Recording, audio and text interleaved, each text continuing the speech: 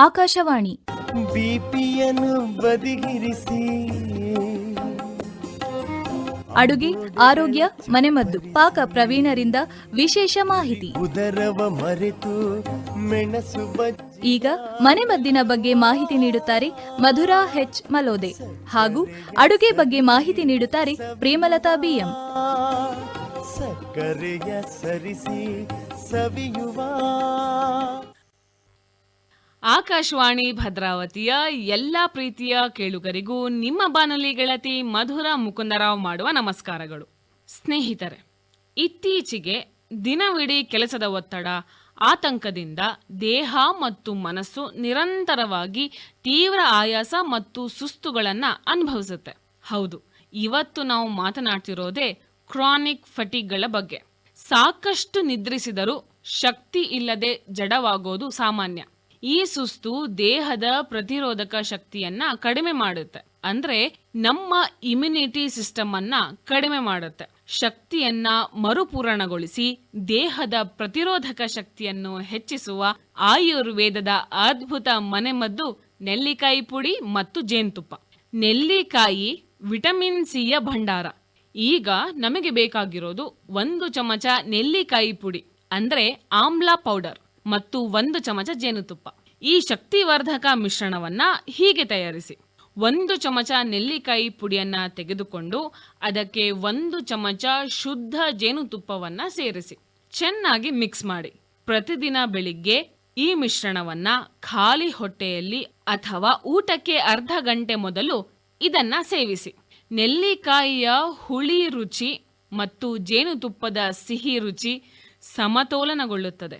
ಇದನ್ನು ಸೇವಿಸಿದ ನಂತರ 1 ಲೋಟ ನೀರನ್ನ ಕುಡಿಯಿರಿ. ನೆಲ್ಲಿಕಾಯಿ ಆಮ್ಲ ವಿಟಮಿನ್ ಸಿಯ ಅತ್ಯಂತ ಶ್ರೀಮಂತ ಮೂಲವಾಗಿದೆ. ಇದು ಆಯಾಸವನ್ನ ನಿವಾರಿಸಿ ರೋಗ ನಿರೋಧಕ ಶಕ್ತಿಯನ್ನ ಹೆಚ್ಚಿಸುವ ಪ್ರಬಲ ಆಂಟಿ ಆಕ್ಸಿಡೆಂಟ್ ಆಗಿದೆ.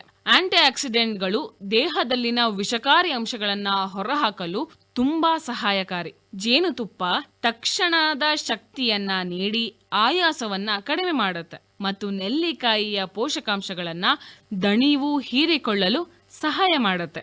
ಈ ಮಿಶ್ರಣವು ರಕ್ತಹೀನತೆಯಿಂದ ಬರುವ ಸುಸ್ತನ್ನ ಸಹ ಕಡಿಮೆ ಮಾಡಲು ತುಂಬಾ ಸಹಾಯಕಾರಿ.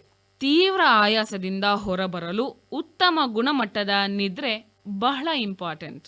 ನಿಮ್ಮ ಆಹಾರದಲ್ಲಿ ವಿಟಮಿನ್ B12 ಮತ್ತು ಕಬ್ಬಿಣಾಂಶ ಅಧಿಕವಿರುವಂತಹ ಆಹಾರಗಳನ್ನ, ಉದಾಹರಣೆಗೆ ಸೊಪ್ಪು, ಮೊಳಕೆ ಕಾಳುಗಳನ್ನ ಹೇರಳವಾಗಿ ಸೇರಿಸಿ.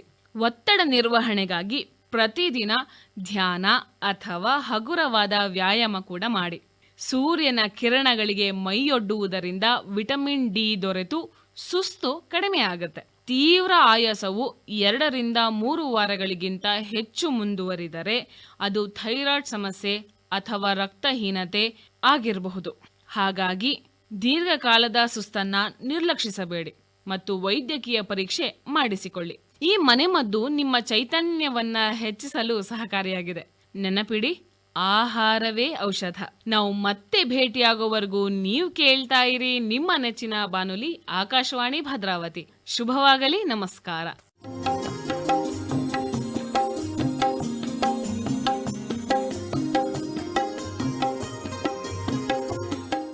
ಆತ್ಮೀಯ ಕೇಳುಗರಿಗೆಲ್ಲ ನಮಸ್ಕಾರ. ನಾನು ನಿಮ್ಮ ರೇಡಿಯೋ ಗೆಳತಿ ಪ್ರೇಮಲತಾ ಬಿಎಂ. ಆಯುರ್ವೇದದಲ್ಲಿ ಬೆಟ್ಟದ ನೆಲ್ಲಿಕಾಯಿಗೆ ವಿಶೇಷವಾದ ಸ್ಥಾನವಿದೆ. ಅಮೃತ ಅಂತ ಕೂಡ ಎನ್ನಲಾಗುತ್ತೆ ಈ ಬೆಟ್ಟದ ನೆಲ್ಲಿಕಾಯನ್ನ. ಇದು ದೇಹದಲ್ಲಿನ ತ್ರಿದೋಷಗಳಾದ ವಾತ, ಪಿತ್ತ, ಕಫವನ್ನ ಸಮತೋಲನದಲ್ಲಿಡಲು ಸಹಾಯವನ್ನ ಮಾಡುತ್ತೆ. ಹಾಗಾದ್ರೆ ಇದರಿಂದ ಇಂದು ಉಪಯುಕ್ತವಾದಂತಹ ಲೇಹವನ್ನ ಮಾಡೋದು ಹೇಗೆ ಅಂತ ತಿಳಿಸ್ಕೊಡ್ತೀನಿ ಬನ್ನಿ. ಬೆಟ್ಟದ ನೆಲ್ಲಿಕಾಯಿ ಲೇಹ. ಈ ಲೇಹವನ್ನ ಕ್ರಮಬದ್ಧವಾಗಿ ಸೇವಿಸೋದರಿಂದ ರೋಗ ನಿರೋಧಕ ಶಕ್ತಿಯನ್ನ ಹೆಚ್ಚಿಸಿಕೊಳ್ಳಬಹುದು. ರಕ್ತಹೀನತೆಯಿಂದ ಬಳಲ್ತಾ ಇದ್ರೆ ಅವರಿಗೂ ಕೂಡ ಇದು ತುಂಬಾ ಒಳ್ಳೆಯದು. BP, ಶುಗರ್, ಕೊಲೆಸ್ಟ್ರಾಲ್ ಕಂಟ್ರೋಲರ್ ಆಗಿಯೂ ಕೂಡ ಇದು ತನ್ನ ಕೆಲಸವನ್ನ ಮಾಡುತ್ತೆ. ಇದನ್ನ ಮಾಡಲು ಬೇಕಾಗಿರುವಂತಹ ಪದಾರ್ಥಗಳು: ಬೆಟ್ಟದ ನೆಲ್ಲಿಕಾಯಿ 10, ಬೆಲ್ಲ 200 ಗ್ರಾಂ ಅಥವಾ ಹೆಚ್ಚು ಬೇಕಾದಲ್ಲಿ ಮತ್ತಷ್ಟು ಆ್ಯಡ್ ಮಾಡಿಕೊಳ್ಳಿ.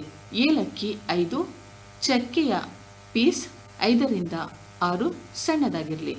ಮೆಣಸಿನ ಕಾಳು 20 ರಿಂದ 25, ತುಪ್ಪ 2 ಟೀ ಸ್ಪೂನ್ ಶುಂಠಿ, 1 ಇಂಚು ಚಕ್ರಮಗ್ಗು 1, ಲವಂಗ 5, ಸೈಂಧವ ಲವಣ 1 ಚಮಚ, ಬೇಕಾದಲ್ಲಿ 1 ಇಡಿ ಕಲ್ಲು ಸಕ್ಕರೆಯನ್ನು ಹಾಕಿಕೊಳ್ಳಬಹುದು. ಬೆಟ್ಟದ ನೆಲ್ಲಿಕಾಯಿ ಲೇಹ್ಯ ಮಾಡುವ ವಿಧಾನ. ಬೆಟ್ಟದ ನೆಲ್ಲಿಕಾಯಿಯನ್ನು ಹಬೆಯಲ್ಲಿ ಬೇಯಿಸಿಕೊಳ್ಳಬೇಕು. ಎಲ್ಲ ಪದಾರ್ಥಗಳನ್ನು ಹಸಿಯಾಗಿಯೇ ಮಿಕ್ಸಿ ಜಾರ್ಗೆ ಹಾಕಿ ಸಣ್ಣದಾಗಿ ಪುಡಿ ಮಾಡಿಕೊಳ್ಳಿ. ಅಂದರೆ ಈಗಾಗಲೇ ಹೇಳಿರುವ ಎಲ್ಲ ಪದಾರ್ಥಗಳು. ಈಗ ಬೆಲ್ಲವನ್ನು ಸ್ವಲ್ಪ ನೀರನ್ನು ಹಾಕಿಕೊಂಡು ಕುದಿಸಿ ಶೋಧಿಸಿಕೊಳ್ಳಿ. ದಪ್ಪ ತಳದ ಪಾತ್ರೆಯನ್ನು ತೆಗೆದುಕೊಂಡು 1 ಚಮಚ ತುಪ್ಪವನ್ನು ಹಾಕಿ ಈಗಾಗಲೇ ಪುಡಿ ಮಾಡಿಟ್ಟುಕೊಂಡಂತಹ ಫೈನ್ ಪುಡಿಯನ್ನು ತುಪ್ಪದಲ್ಲಿ ಹಾಕಿ ಗೂರಾಡಿ ತಕ್ಷಣವೇ ಬೆಲ್ಲದ ಪಾಕವನ್ನು ಹಾಕಿ ತದನಂತರ ಬೆಟ್ಟದ ನೆಲ್ಲಿಕಾಯಿಯನ್ನು ಬೀಜ ತೆಗೆದು ತುರಿದುಕೊಳ್ಳಿ. ಇದನ್ನು ಪಾಕದಲ್ಲಿ ಹಾಕಿ ಚೆನ್ನಾಗಿ ಕುದಿಸಿ. ಮತ್ತೊಂದು ಚಮಚ ತುಪ್ಪವನ್ನು ಕಡೆಯಲ್ಲಿ ಹಾಕಿ ತಳ ಬಿಡುವವರೆಗೂ ಕುದಿಸಿ. ತಳ ಬಿಟ್ಟ ಮೇಲೆ ತಣ್ಣಗಾದ ಈ ಲೇಹವನ್ನು ಗಾಜಿನ ಸೀಸೆ ಅಂದರೆ ಗಾಜಿನ ಬಾಟಲ್ಗೆ ಹಾಕಿ ಇಡಿ. ಪ್ಲಾಸ್ಟಿಕ್ ಬಾಟಲಲ್ಲಿ ಹಾಕುವುದು ಬೇಡ. ತಯಾರಾದ ಬೆಟ್ಟದ ನೆಲ್ಲಿಕಾಯಿಯ ಲೇಹವನ್ನು ಬೆಳಗ್ಗೆ ನೀರು ಕುಡಿದ ನಂತರ 1 ಚಮಚ ತಿಂದು ಅರ್ಧ ಗಂಟೆಯ ನಂತರ ನಾಟಿ ಹಸುವಿನ ಹಾಲು ನಿಮಗೆ ಲಭ್ಯವಿದ್ದರೆ ಅದನ್ನು ಕುಡಿದರೆ ಆರೋಗ್ಯದಲ್ಲಿ ಉತ್ತಮವಾದ ಫಲಿತಾಂಶ ಕಂಡುಬರುವುದು. ಮನೆಯಲ್ಲಿಯೇ ಸುಲಭ ರೀತಿಯಲ್ಲಿ ಮಾಡಿರುವ ಈ ಲೇಹ್ಯ ಯಾವುದೇ ಪ್ರಿಸರ್ವೇಟಿವ್ ಇಲ್ಲದೆ ಇರುವುದರಿಂದ ಯಾವುದೇ ಅಡ್ಡ ಪರಿಣಾಮವಿಲ್ಲ, ಹಾಗೆ ಅಪಾಯವಿಲ್ಲ. ಈ ರೀತಿಯ ಆಯುರ್ವೇದ ಅಂಶಗಳುಳ್ಳ ಆಹಾರ ಪದಾರ್ಥಗಳನ್ನು ಮನೆಯಲ್ಲಿಯೇ ಕಲಿತು ಮಾಡಿಕೊಳ್ಳಿ. ಅಮೂಲ್ಯ ಆರೋಗ್ಯವನ್ನು ಕಾಪಾಡಿಕೊಳ್ಳಿ. ಕೇಳ್ತಾ ಇರಿ ಆಕಾಶವಾಣಿ ಭದ್ರಾವತಿ. ಧನ್ಯವಾದಗಳು. ಹಿಂದೋಳ ರಾಗದಲ್ಲಿ ದೋಸೆಗಳ ಘಮ ಘಮದಿ. ಇದುವರೆಗೂ ಅಡುಗೆ, ಆರೋಗ್ಯ, ಮನೆಮದ್ದು, ಪಾಕ ಪ್ರವೀಣರಿಂದ ವಿಶೇಷ ಮಾಹಿತಿ ಕೇಳಿದಿರಿ. ಸರಿಸಿ ಸವಿಯುವ ಮನೆಮದ್ದಿನ ಬಗ್ಗೆ ಮಾಹಿತಿ ನೀಡಿದವರು ಮಧುರಾ ಹೆಚ್ ಮಲೋದೆ ಹಾಗೂ ಅಡುಗೆ ಬಗ್ಗೆ ಮಾಹಿತಿ ನೀಡಿದವರು ಪ್ರೇಮಲತಾ ಬಿಎಂ. ಕಾರ್ಯಕ್ರಮದ ನಿರ್ವಹಣೆ ಎಸ್ಆರ್ ಭಟ್, ಸಹಕಾರ ವತ್ಸಲ. ಈ ಕಾರ್ಯಕ್ರಮ ಆಕಾಶವಾಣಿ ಭದ್ರಾವತಿ ಕೇಂದ್ರದಿಂದ ಮೂಡಿಬಂತು.